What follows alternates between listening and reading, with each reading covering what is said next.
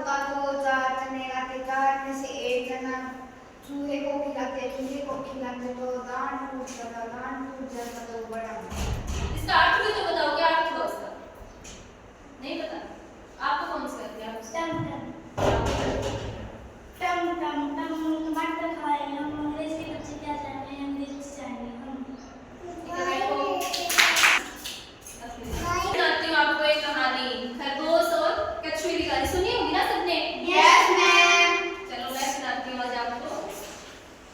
एक बार की बात है, एक खरगोश था जो बहुत तेज और घमंडी था। ठीक है, वह हमेशा कछुए का मजाक उड़ाता था क्योंकि कछुआ बहुत धीमा था।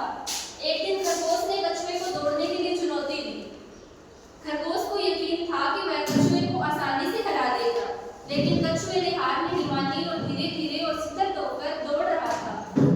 खरगोश ने बीच में आराम करके रुक गया, लेकिन जब उसने उठकर दौड़ना जारी रखा तो कछुआ पहले ही लक्ष्य तक पहुंच चुका था। ठीक है, तो इससे हमें ये क्या शिक्षा मिलती है कि कभी भी हमें कोई चीज का घमंड नहीं करना चाहिए। हमें शिथिल होकर और धीरे धीरे दौड़ोगे तो भी हम अपने लक्ष्य तक पहुंच सकते हैं। ठीक है, इससे हमें नैतिक शिक्षा क्या मिलती है? धीरे और शिथिल होकर काम करना चाहिए।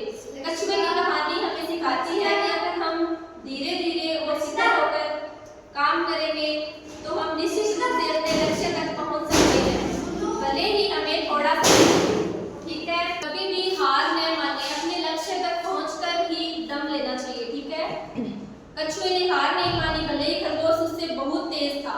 उसने अंत तक प्रयास किया और वह जीत गया। हमें घमंड नहीं करना चाहिए। खरगोश का घमंड देखो कितना घातक साबित हुआ है ना।